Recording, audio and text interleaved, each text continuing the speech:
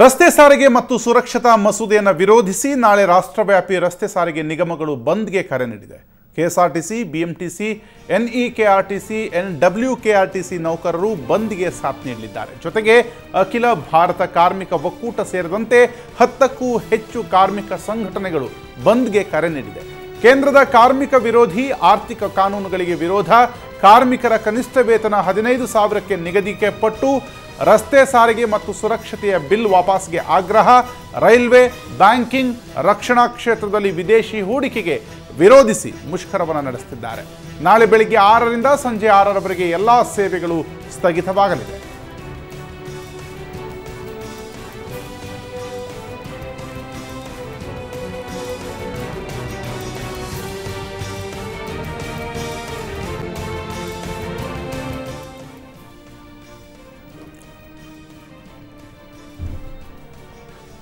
ನಾಳಿನ ಬಂದ್ನ ಬಿಸಿ ಪ್ರಾಯಶಃ ಸಾರ್ವಜನಿಕರಿಗೆ ತಟ್ಟಲಿದೆ ಅನ್ನುವಂಥದ್ದು. ರಸ್ತೆ ಸಾರಿಗೆ ಸುರಕ್ಷತೆ ಮತ್ತು ವಿವಿಧ ವಿಚಾರದಲ್ಲಿ ಈಗಾಗಲೇ ಸಾರಿಗೆ ನಿಗಮಗಳು ಬಂದ್ಗೆ ಕರೆ ನೀಡಿದೆ. ಅದರಲ್ಲಿ ಕೆಎಸ್ಆರ್ಟಿಸಿ, ಬಿಎಂಟಿಸಿ, ಎನ್ಇಕೆಆರ್ಟಿಸಿ, ಎನ್ಡಬ್ಲ್ಯೂಕೆಆರ್ಟಿಸಿ ನೌಕರರು ಕೂಡ ಬಂದ್ಗೆ ಸಾಥ್ ನೀಡಲಿದ್ದಾರೆ. ಜೊತೆಗೆ ಅಖಿಲ ಭಾರತ ಕಾರ್ಮಿಕ ಒಕ್ಕೂಟ ಸೇರಿದಂತೆ 10ಕ್ಕೂ ಹೆಚ್ಚು ಕಾರ್ಮಿಕ ಸಂಘಟನೆಗಳು ಕೂಡ ಬಂದ್ಗೆ ಕರೆ ನೀಡಿದೆ.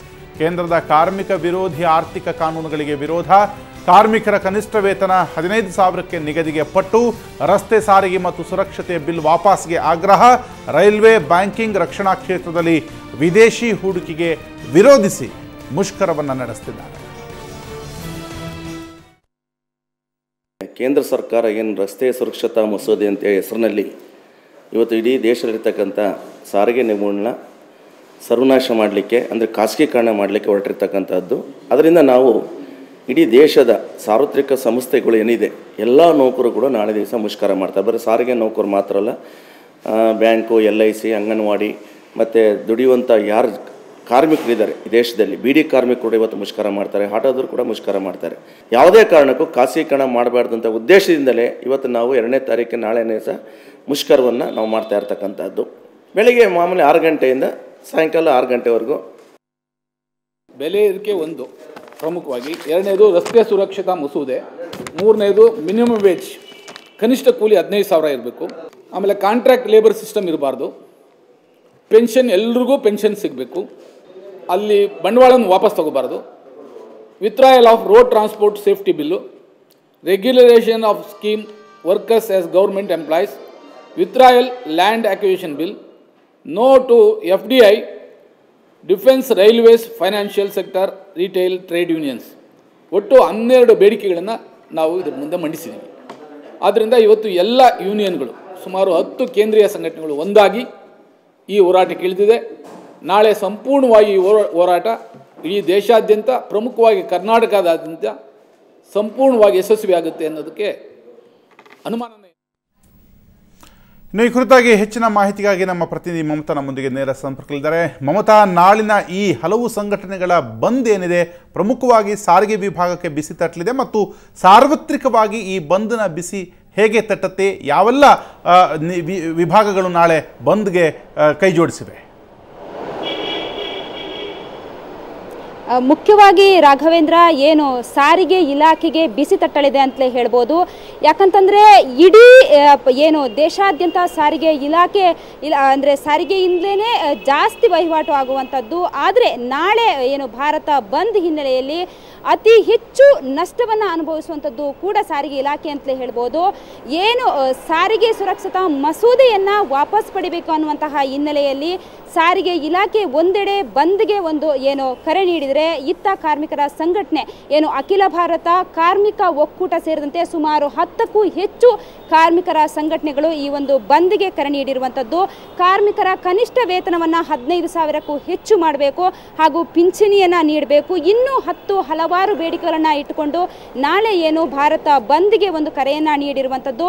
ಹೀಗಾಗಿ ನಾಳೆ ಬೆಳಗ್ಗೆ 6 ಗಂಟೆಯಿಂದ ಸಂಜೆ 6 ಗಂಟೆವರೆಗೂ ಕೂಡ BMTC ಇರ್ಬೋದು, KSRTC ಇರ್ಬೋದು, ಹಾಗೇನೆ ಈಶಾನ್ಯ ಭಾಗಕ್ಕೆ ಭಾಗಕ್ಕೆ, ವಾಯುವ್ಯ ಭಾಗಕ್ಕೆ ಹೋಗುವಂತಹ ಬಸ್ಗಳ ಸಂಚಾರ ಸ್ಥಗಿತಗೊಳ್ಳಲಿದೆ. ಹಾಗಾಗಿ ನಾಳೆ ಹೆಚ್ಚಿನ ಜನರು ಏನು ದೂರದ ಊರಿಗೆ ಪ್ರಯಾಣ ಮಾಡುವಂತಹ ಜನರು ಪರ್ಯಾಯ ವ್ಯವಸ್ಥೆಯನ್ನು ಮಾಡ್ಕೋಬೇಕಾಗತ್ತೆ, ಅಥವಾ ಇವತ್ತೇ ಅವರು ತಮ್ಮ ಏನು ಪ್ರಯಾಣವನ್ನು ಬೆಳೆಸಬೇಕಾಗತ್ತೆ. ಹಾಗೇನೆ ಏನು ಖಾಸಗಿ ಶಾಲೆಗಳಿಗೂ ಕೂಡ ಈಗಾಗಲೇ ರಜೆಯನ್ನು ಘೋಷಿಸಲಾಗಿದೆ. ಆಲ್ಮೋಸ್ಟ್ ಎಲ್ಲ ಖಾಸಗಿ ಶಾಲೆಗಳಿಗೆ ರಜೆಯನ್ನು ಘೋಷಿಸಲಾಗಿದೆ.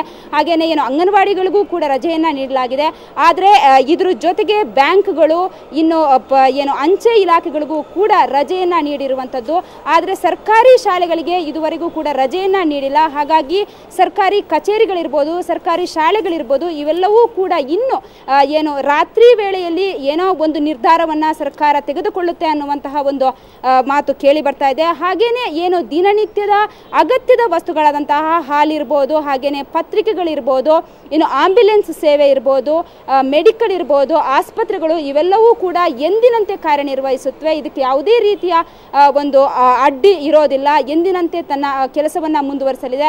ಆದರೆ ಮುಖ್ಯವಾಗಿ ಇನ್ನು ಏನು ಕ್ಯಾಬ್ ಕೂಡ ನಾಳೆ ಇರೋದಿಲ್ಲ. ಇನ್ನು ಮುಖ್ಯವಾಗಿ ಜನರು ಏನು ಬಸ್ ಇಲ್ಲ ಅಂತಂದರೆ ಆಟೋವನ್ನು ಹಿಡಿದು ಹೋಗ್ತಾರೆ ಅಂತ ಹೇಳ್ಬೋದು. ಆದರೆ ಆಟೋದವರು ಕೂಡ ನಾಳೆ ಆಲ್ಮೋಸ್ಟ್ ಎಲ್ಲರೂ ಕೂಡ ಒಂದು 99 ಭಾಗದಷ್ಟು ಎಲ್ಲ ಆಟೋ ಚಾಲಕರು ಕೂಡ ಈ ಒಂದು ಬಂದ್ಗೆ ಬೆಂಬಲವನ್ನು ನೀಡಿದ್ದಾರೆ. ಹಾಗಾಗಿ ನಾಳೆ ಯಾವುದೇ ರೀತಿಯಾದಂತಹ ಸಂಚಾರಗಳು ಇರೋದಿಲ್ಲ ಅಂತ ಹೇಳ್ಬೋದು. ಜನರು ಕೂಡ ಈ ಒಂದು ಸಂಚಾರ ಇಲ್ಲದೆ ಪರದಾಡಬೇಕಾದಂತಹ ಒಂದು ಇದು ಬರ್ಬೋದು. ಹಾಗಾಗಿ ಅವರು ಪರ್ಯಾಯ ವ್ಯವಸ್ಥೆಯನ್ನು ಮಾಡಿಕೊಂಡು ಸಂಚಾರವನ್ನು, ತಮ್ಮ ಪ್ರಯಾಣವನ್ನು ಇವತ್ತೇ ಮಾಡಿಕೊಂಡು ಅಥವಾ ನಾಳೆ ಇರೋದನ್ನ ನಾಡಿದ್ದಿಗೆ ಕಂಟಿನ್ಯೂ ಮಾಡ್ಕೋಬೋದು. ಇನ್ನೊಂದು ಮುಖ್ಯವಾಗಿ ರಾಘವೇಂದ್ರ, ಏನು ನಾಳೆ ಸಾಯಂಕಾಲದವರೆಗೂ 6 ಗಂಟೆವರೆಗೂ ಕೆಲವೊಂದು ವಾಹನಗಳನ್ನು ಸಂಚಾರ ಇರೋದಿಲ್ಲ. ಇನ್ನೊಂದು ಕೆಲವೊಂದು ನಾಡಿದ್ದು 6 ಗಂಟೆವರೆಗೂ ಕೂಡ ನಿಷೇಧವನ್ನು ಮಾಡಲಾಗಿದೆ, ಯಾವುದೂ ಕೂಡ ಸಂಚಾರ ಮಾಡೋದಿಲ್ಲ. ಸೊ ಹೀಗಾಗಿ ಜನರು ಕೂಡ ತುಂಬ ಎಚ್ಚರಿಕೆಯಿಂದ ಓಡಾಡಬೇಕಾಗತ್ತೆ. ಒಟ್ಟಿನಲ್ಲಿ ನಾಳೆ ಬೆಳಗ್ಗೆಯಿಂದ ಸುಮಾರು 11 ಗಂಟೆ ವೇಳೆಗೆ ಎಲ್ಲ ಕಾರ್ಮಿಕ ಸಂಘಟನೆ ವರ್ಗದವರು ಕೂಡ ಏನು ಟೌನ್ ಹಾಲ್ ಮುಂಭಾಗದಲ್ಲಿ ಪ್ರತಿಭಟನೆಯನ್ನು ಕೂಡ ಮಾಡ್ತಾ ಇದ್ದಾರೆ. ಸೊ ಹಾಗಾಗಿ ನಾಳೆ ಬೆಳಗ್ಗೆ ಯಾವ ರೀತಿಯ ಒಂದು ಬಂದ್ ಯಾವ ರೀತಿ ಇರುತ್ತೆ ಅನ್ನೋದನ್ನ ನಾವು ಕಾದು ನೋಡಬೇಕಾಗುತ್ತೆ ರಾಘವೇಂದ್ರ.